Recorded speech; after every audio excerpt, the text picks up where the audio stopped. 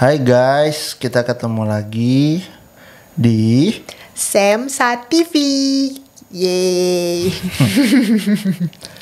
Terima kasih yang udah nonton episode kita sebelumnya. Hari ini kita ada topik yang mau kita diskusikan. Ini topik request ya. Topik request. Ini nanti requestannya apa? Ada jinting. Nah ini requestan ini lumayan buat kita menarik karena setiap orang dari kita, especially dari ini ya, dari setiap dari kita pasti pernah ngelewatin fase ini. Fase ketika harus move on, harus menyembuhkan diri dari ini kan, ketika habis putus lagi harus healing. Jadi kita mau sebut ini a healthy healing. Oke. Karena kan healing ini tujuannya untuk bisa kita jadi back healthy gitu kan. Kembali lagi memulai sesuatu yang baru. Kalau kalau dari kamu biasanya kalau lagi putus gitu sama yang sebelum-sebelumnya, sebelum sama aku, itu biasanya kalau tips and triknya apa nih biar kita mulai? Kalau dari kamu sendiri pernah nggak pas putus tuh ngapain? Yang pertama jelas me time. Ya, me time. Sendiri dulu lah. Ambil waktu buat diri kamu sendiri, merenung. Atau bisa melakukan hobi, fokus dengan kegiatan, fokus dengan yang sudah dijalanin, mengembangkan yang sudah ada. Ya. Me time lebih kayak mencintai diri sendiri dulu ya. Be kind lah to yourself gitu. Karena kalau misalnya kita juga belum gambar dirinya belum pulih as a person, nanti juga takutnya ke next relationship-nya ngaruh ya. Mesti berdarah-darah, bawa darahnya ke bleeding to the next relationship kan yang pada ini. Bisa juga traveling. Oh iya, itu lagi ngetren kayaknya belakangan tuh ya, healing ke Bali gitu kan. Kayaknya kalau kita scroll sosial media, traveling. Apalagi deh udah kembali lagi kan. Kayak normal lagi. Jadi harapannya industri traveling atau pariwisata lebih berkembang gara-gara kita deh. Kita saranin buat traveling. Biar untuk healing ya, untuk kayak, karena itu walaupun kesannya ini udah jadi kayak semua orang gue pergi ke Bali karena untuk healing ya, tapi itu beneran. Maksudnya kalau kita pergi keluar, kita spend time waktu sendiri. Karena kan ini kalau misalnya jadi putus tuh bukan sesuatu yang kayak ini ya, kayak aib atau kayak apa sih, kayak sesuatu yang kamu harus sesalin, terus yang sampai akhirnya tuh kayaknya nyesel banget gitu. Untuk kita juga kayaknya, kok aku bisa sih jadi another relationship fail. Tapi ya udah, ini kan healing ini kalau kita pergi keluar gitu, atau misalnya kita spend time waktu sendiri, jadi pikirannya jernih lagi gitu kan, dengan pemandangan yang baru, dengan situasi yang baru gitu. Iya. Yang jelas treat yourself well. Biar kalau misalnya kita nggak sayang sama diri sendiri, gimana juga sih kita bisa mencintai orang lain dengan baik kan? Iya, jadinya needy ya, clingy. Benar. Me time juga bisa digunakan untuk berkomunikasi dengan Tuhan kan? Karena kan between you and God. Kalau itu kayaknya healingnya udah yang spiritual healing deh. Nah, kita masuk ke spiritual healing. Spiritual journey, spiritual healing, terus balik lagi ke pencipta kita gitu kan. Karena ya kalau misalnya, ya menurut aku sih yang bakal menyembuhkan kita itu bukan kalau misalnya kita lagi me time atau lagi traveling atau lagi melakukan hobi, itu bukan hobinya sih atau travelingnya menyembuhkan kita ya, tapi pemikiran kita, terus juga mungkin conversation yang kita punya pas lagi kita kesana ngomong ke diri sendiri, ngomong ke refleksi ke diri sendiri, atau juga conversation kita sama Tuhan. Nah itu yang akan akhirnya bawa menyembuhkan. Sama satu lagi, niat dan itikat kita untuk bangkit. Iya benar sih. Karena kalau misalnya mentalnya selalu kayak, aduh aku terpuruk, I'm the victim of life. Iya. Itu kayaknya kalau kayak gitu tuh jadinya susah bangkit deh. Karena kamu kayak selalu berasa korban kan. Iya. Masalah sih semua pasti ada. Everybody has a problem. Iya. Tapi kita berusaha untuk bangkit dari yang sudah ada. Biar juga nggak lama-lama lah di situ terus kan. Karena kalau misalnya kita juga lama-lama dengan pemikiran kita sendiri, terus dengan mungkin menyesal ya, kayak kenapa sih aku dulu nggak berusaha lebih seperti ini, seperti itu, atau menyalahkan keadaan, kenapa sih kondisinya begini, kenapa harus terjadi ke aku. Gitu. Karena kan putus ini kan sebenarnya can be a good thing ya. Karena mungkin bisa aja kalau misalnya kita dengan kita conversation juga sama Tuhan gitu. Terus ini juga masuk ke my next point, which is adalah kita juga conversation sama temen atau sama mentor gitu, atau sama mungkin sama orang tua juga. Orang tua. or you know what, bisa sama kita. Ini kita ya, kita juga soalnya kan beberapa kali sering sesi gitu ya. Ini ada selipan program. Kita juga kadang beberapa kali kita Zoom private session gitu, dan kita berdua suka kayak ada yang baru putus cerita sama kita gitu, dan kita bilang ya, daripada kamu galau, you can just talk to us gitu. Maksudnya kayak janjian kita sesi bareng gitu. Cerita aja kayak what's yang pain apa yang kamu lagi hadapin sekarang setelah putus, mungkin pengen balik, nyesel, terus kayak nyalain diri sendiri gitu. Biasanya ya kita, dan at least ketika ngomong sama seseorang dan objektif kan, jadinya bisa kasih ini ya, point of view baru kan. Iya, penting itu point of view yang lain gitu. Yang mungkin sudah disadari semua, atau mungkin ada dapat insight yang baru tentang sesuatu yang oh iya ya, benar juga ya. Gitu. Iya, dan kalau misalnya cewek gitu ya, kita kan biasanya kalau curhat ke temen cewek ya lebih gampang ya. Kalau cowok sama cowok ngobrol juga gak sih tentang cewek kalau lagi habis putus? Sometimes we do that. Ada yang ngobrol, ada yang enggak, ada yang dipendam sendiri. Ada masing-masing beda ya. Beda-beda. Tergantung pribadinya masing-masing. Ya. Kadang ada yang ekspresif. Yang gue habis putus nih, gimana ya enaknya? Iya. Semuanya ini ya. Ada juga yang dipendem gitu. Ada masing-masing punya caranya sendiri kalau cowok. Iya. Tapi ya at least you do something about it kan. Iya. Cuma kalau cewek sih biasanya sih curhat ya. Lebih mudah mungkin kan. Iya. Chat ke teman baik, chat. WhatsApp gitu, lagi ngapain, gue lagi galau nih ya udah, sini ketemu, kita ngobrolin ya ini segala macem gitu. Tapi ya at least kalau kita punya seseorang yang dan juga kalau bisa ke side note-nya, orang yang kita percaya ini juga harus yang trusted ones ya. Jadi yang kita percaya dengan luka hati kita gitu. Jangan yang mungkin kita mungkin kurang deket terus main langsung cerita yang apa, kita takutnya juga apa yang dia belum tentu sesuai value kita gitu. Malah kayak tuh kan salahin aja cowok lu gitu kan. Jangan cerita ke orang yang salah. Iya benar. Karena kalau enggak nanti kita udah makin terpuruk lagi. Iya. Ada malah kadang dijudge. Nah, itu kan nggak benar. Iya. Jadi kayak kamu sih mungkin kurang ini kurang itu, terus malah kayak lagian sih kenapa kemarin kamu hubungannya kayak gitu, malah akhirnya kita jadi iya apa salah aku ya gitu kan. Yang pada ini. Tapi ya ternyata mungkin yang menurut aku nih, yang kayak tadi kamu sempat bilang juga, nggak semua orang mungkin nyaman ketika dia harus mengekspresikannya ke orang lain ya. Itu juga menurut aku juga ada salah satu cara lain nih untuk mengekspresikannya, which is ini a bit biased karena kan aku suka nulis. Menulis ya. Menulis. Tapi ya actually ya, maksudnya pas aku dulu nulis buku gitu, maksudnya pas aku it came from my pain. Misalnya kayak tulisannya aku tulis tuh beda sih, bukan galauin cowok gitu, itu kan galau pas menunggu kamu ceritanya. Jadi menulisnya itu menulis yang ekspresif gitu. Iya, expressive writing ketika kamu mungkin nulisnya itu jujur, karena kan mungkin bisa aku saranin nulisnya journaling. Jadi nggak usah yang nulis, mungkin kalau nggak nyaman tulis publik gitu, yang blogging atau nge-post di sosial media gitu ya, mungkin kalau belum kuat nggak usah dulu, karena kan kita mungkin belum kuat sama takut orang responnya gimana kan.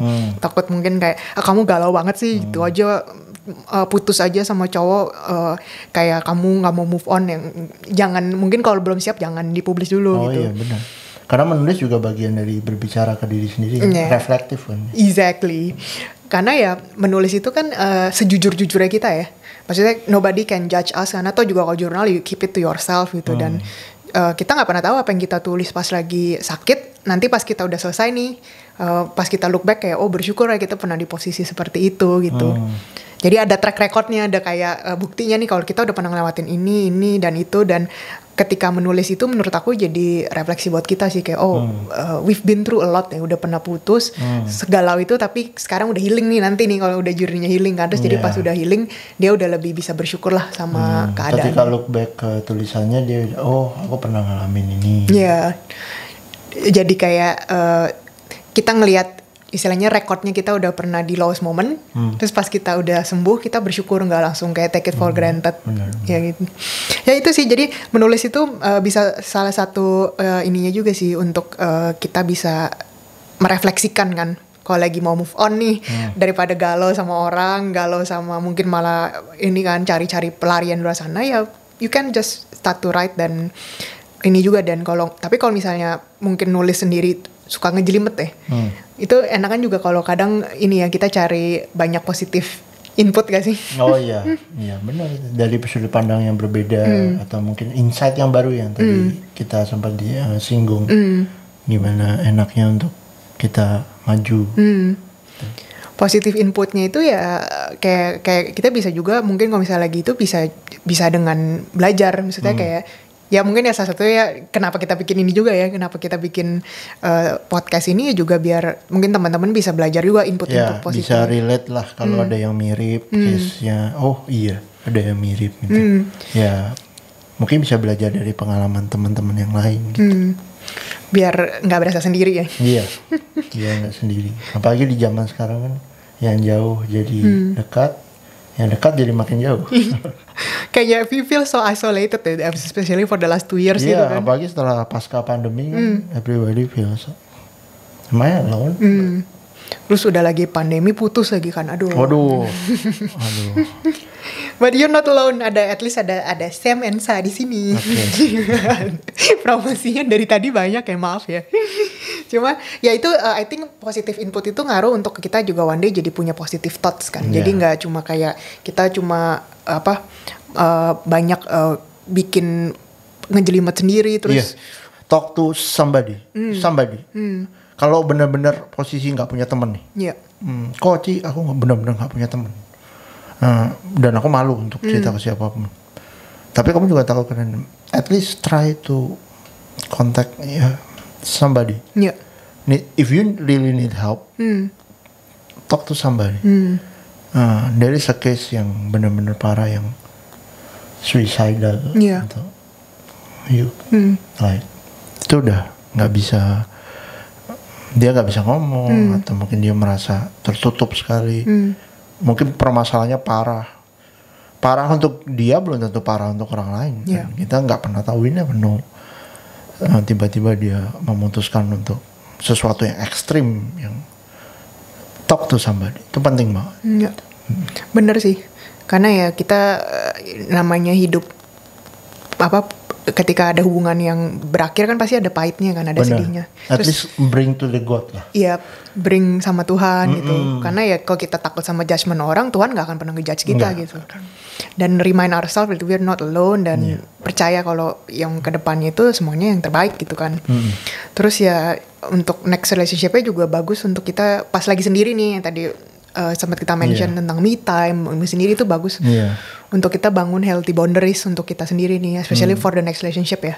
Healthy boundaries-nya mungkin nanti yang di next episode kita bisa bahas yang lebih dalam, area apa aja yang mungkin bisa bagus untuk di boundariesin. Tapi mungkin kalau secara singkat ya mungkin kamu bisa taruh kayak, mungkin dulu aku di-treat seperti ini gitu, terlalu cepat gitu, something yang mungkin belum ada di tempatnya gitu. Mungkin akunya juga banyak kompromi yang gak sehat gitu, yang banyak ya, kalau case yang sempet sesi sama kita gitu ya, kita sempet bilang kita berdua kayak, jangan di awal kamu punya red flags tertentu, boundariesnya di kamu telan aja gitu. Nggak apa-apa lah dia orangnya kayak gini, udah red flag sih, tapi aku bisa tahan. Terus bertahun-tahun pacaran baru blow up. Terus akhirnya ya udah putus, dan jadinya kayak apa aku yang salah ya, aku yang nggak cukup sabar, yang untuk nggak cukup ngertiin. Tapi kok aku di relationship ini jadi nggak bisa ekspresif, nggak bahagia karena tertekan gitu loh ya. Healthy relationship shouldn't make you feel like kamu ini kan, make you feel like you lose yourself gitu. Harusnya kan kalau harus punya standar dong. Exactly. Healthy boundaries itu ngaruh banget tentang kita bikin standarnya, apa yang the way we should be treated lah gitu. Especially woman ya. Ya kayak yang kayak kamu sering bilang gitu, misalnya kayak as a woman ya, every woman pasti sering pengen di treat like a queen kan. Tapi ya a queen-nya itu harus nentuin rules-nya juga dong, kayak she should act like a queen juga, treat dirinya sendiri dulu. Yang penting kayak kamu bilang banyak healing ya, spend time waktu dengan sendiri, set boundaries dan nilai-nilai standar kita ya, karena kita akan ngomong ke orang kayak ini standarku. If you can meet me here, yaudah kamu bisa masuk nih ke hidupku. Tapi kalau nggak bisa ya I wouldn't low it, biar kamu masuk aja gitu. Tapi ya kamu yang harus naik, step up di sini gitu. Tapi juga harus tegas ya. Nah itu yang berikutnya mungkin, tegas ke diri sendiri. Tegas ke diri sendiri juga, ekspektasinya juga harus di manage, ya kan? Iya. tegasnya itu bisa tegas ke diri sendiri dan akhirnya dikomunikasiin ke pasangan kan. Oh iya, Jadi harus tegas kalau memang mantannya sudah seperti ini, ya sudah harus tegas. Cut the relationship, ya sudah, move on. Karena seringnya terombang-ambing sendiri nih, balikan nggak ya, atau gimana? Ya itu hak masing-masing ya, masing-masing situasi berbeda. Tapi ya kalau memang situasinya menuntut kita harus tegas ke diri sendiri dulu, ya let it be. Gitu. Terus tegas itu kayaknya sempat pengaruh juga tegas dengan diri sendirinya dengan membangun ini ya jarak ke mantan juga kayak penting gak sih? Kalau menurut kamu kayak kamu kan tipe yang kalau udah putus itu masih bisa kontekan sama mantan apa enggak? Wah ya masing-masing beda. Ya. Cuman ya kalau saya pribadi enggak. Istilahnya kayak ya udah kalau misalnya kita udahan ya udah agak jarak lah, ada jarak gitu, yang jarak yang sehat gitu, mungkin nggak usah terlalu stalking tiap hari gitu kan. Terus kita jadi mungkin terenyuh lagi ya di telepon, jadi kayak aduh apa aku nyesel putus gitu kan. Itu penting karena kayaknya banyak yang curhat ke kita yang masih sering komunikasi lagi.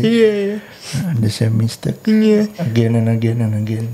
Abis komunikasi kontak lagi, berantem lagi karena ya kalau memang situasinya sudah memang nggak bisa diselamatkan gitu ya, dan yang terbaik memang lost contact ya sudah. Mungkin better untuk kedua belah pihak kan. Karena akhirnya kalau mungkin ada komunikasi, ada jarak, ini kondisinya kan udah putus ya, beda bukan di ghosting nih, memang udah ada kesepakatan dua-duanya oke, kita udahan gitu kan, mengakhiri hubungannya. Ya menurut aku sih walaupun mungkin kedepannya bisa terbangun tetap friendship, udah bukan relationship dating lagi, tapi mungkin ya bisa jadi teman. Tapi kan itu butuh waktu kan untuk kita akhirnya bisa jadi pure jadi teman. Ya periode selama akhirnya belum bisa jadi teman itu mungkin ya ada jarak lah gitu. Kita mah teman kan nggak kontak tiap hari juga dong. Ada kayak mungkin seminggu sekali cuma apa kabar, udah nggak usah yang kayak seintens dulu pas masih pacaran gitu kan. Biasanya kalau cewek itu kalau habis putus itu maksudnya kembali jadi teman baik itu gimana sih maksudnya? Sama mantan itu aku sama sih kayak kamu. Aku nggak bisa juga kalau aku personally, tapi karena maksudnya kalau aku mungkin kebetulan nggak pernah yang tadinya teman terus jadi pacar ya, maksudnya purely memang stranger terus langsung jadi pacar, terus ya udah we were never friends anyway gitu. Nah cuma kalau kasusnya mungkin kalau di cewek lain yang dulunya temen terus pacaran, nah balikin lagi jadi temennya itu yang mungkin gonna be tricky karena mungkin siapa tahu masih same circle, masih satu geng gitu kan. Nah itu beda tuh. Kalau itu mungkin butuh kedewasaan dua belah pihak ya untuk juga, karena aku dulu pernah di situ bukan jadi mantan ya tapi jadi temen ya, ketika dua-dua orang di same circle putus kita kadang harus milih nih as a friend. Nah itu jangan kayak gitu ya, maksudnya jangan jadi salah satu pihak jadi kayak milih satu mantan terus yang temennya itu nggak ditemenin lagi. Nah itu kan ngerubah dinamika friendship juga ya. Kalau bisa sih jangan sampai kayak gitu. At least bangun hubungan cukup sebagai temen. Nah itu kan pentingnya, makanya healing dulu nih biar nggak banyak kepahitan, akhirnya bisa temenan lagi gitu kan. Bener ya itu hubungannya dengan yang ketegasan tadi. Mungkin harus tegas. Ya sudah. Sudah ya sudah, tapi aku udah gak pahit gitu kan. That's a very good point sih. Cuma ya intinya sih dari semua ini bisa dirangkum ya, intinya kayak masa lalu ya udah dijadikan pelajaran aja ya. Jangan dijadikan kepahitan gitu. Dijadikan aja jembatan buat kamu untuk pelajarannya untuk ya ke hubungan yang selanjutnya, untuk ke masa depan gitu. Benar. Karena kalau pahit ya tapi ya kita nggak bisa untuk ngejudge everybody bisa move on cepat. Ada yang lama, ada yang cepat, ada yang bener-bener lama, itu juga ada. Take your time sih. Kita nggak usah ada judgement kayak aku udah setahun belum bisa move on gitu, atau mungkin berapa tahun masih kepikiran mantan. Ya udah, maybe that's your own timeline gitu kan.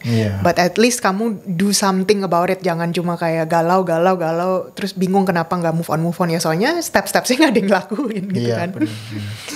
Jadi itu, dan ini menurut aku juga kemarin sempat ini ya, kita kan biasanya cerita-cerita kita ini diinspirasikan dari ini ya, dari cerita dan DM yang masuk. Nah ini aku juga jadi belajar sih, karena cerita yang teman kita nih yang baru putus, yang baru cerita itu, dia sempat bilang pada akhirnya yang bikin dia itu jadi lumayan ada menghilangkan sedikit kesakitannya itu adalah ketika dia berharap gitu, ceritanya dia gitu, ketika mungkin dia ada gagal di relationship itu bisa dipakai Tuhan juga untuk jadi berkat ke orang lain.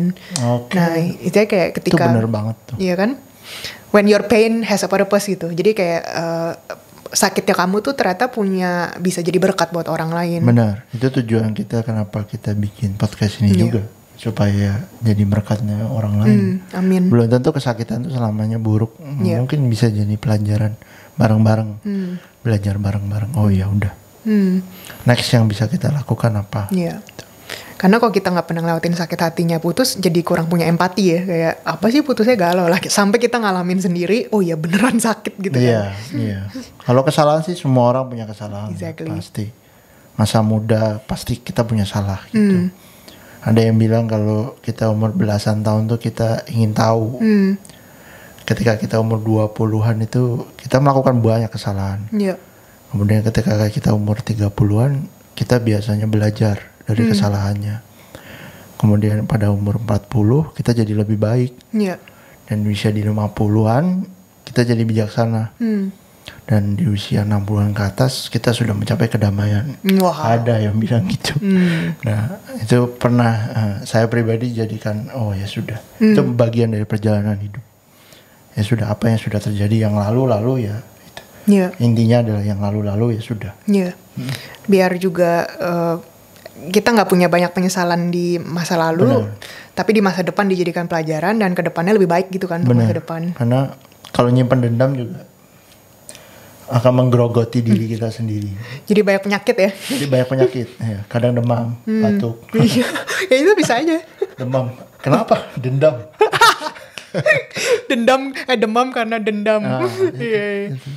Nah ini aku bacain sedikit ya. Dia jadi kemarin teman kita sempat cerita yang kalau dia tuh jadi apa sih pas dia mau sharing her pain itu, yang mungkin makanya kita juga appreciate teman-teman cerita tentang your pain, karena dia di sini bilang nih kayak ini aku potong dari DM-nya, aku potong untuk yang bagian ini doang. Dia cuma bilang kayak dari sini aku pengen banget bisa nguatin cewek-cewek di sana yang suka senasib sama aku, ngasih tahu bahwa penyertaan Tuhan tuh nyata, even ketika secara manusia kita belum bisa lihat visi ke depan, tapi aku selalu percaya semua indah pada waktunya. Wah ini gila, salut sih, karena this woman nggak play victim, tapi dia lihat kalaupun mungkin hatinya masih banyak buka gitu, hatinya masih banyak belum bisa fully move on, fully heal. What a strong woman. Yeah, what a strong woman.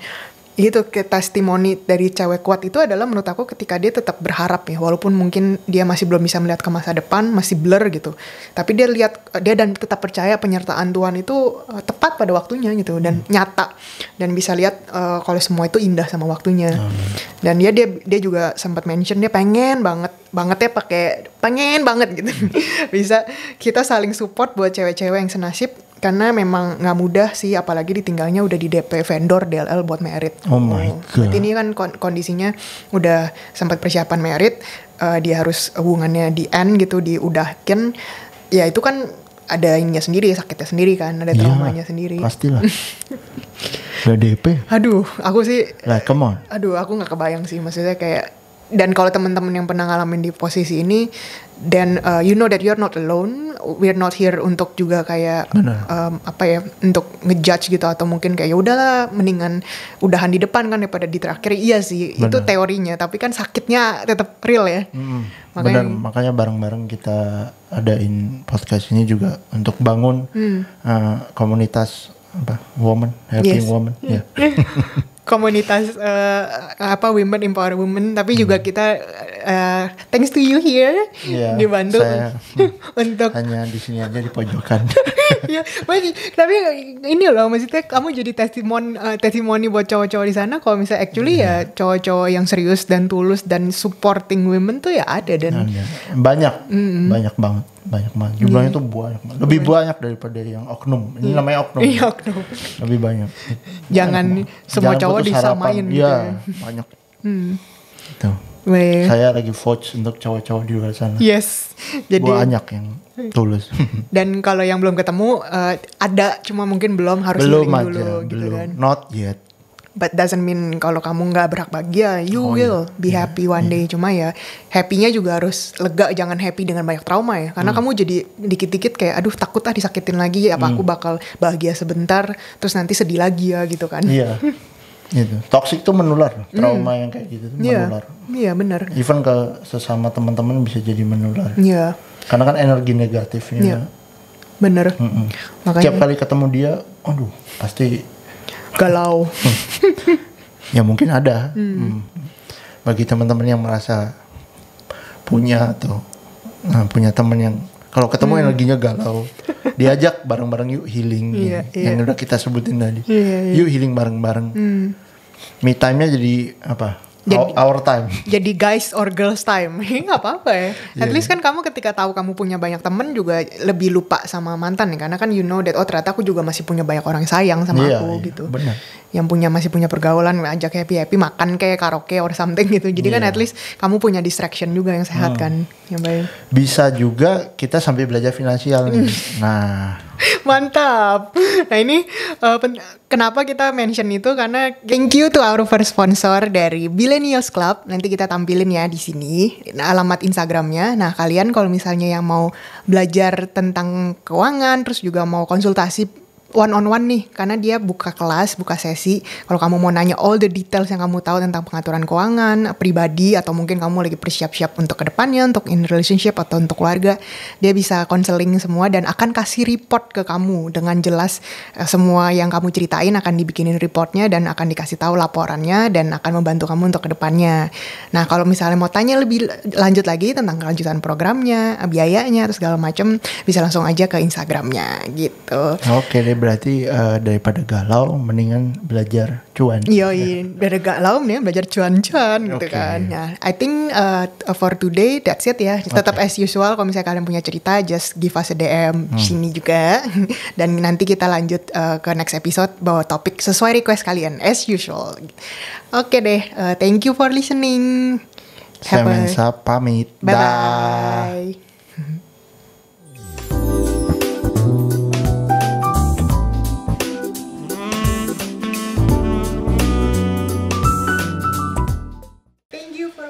Sam Mensa TV. Don't forget to like, subscribe, and comment.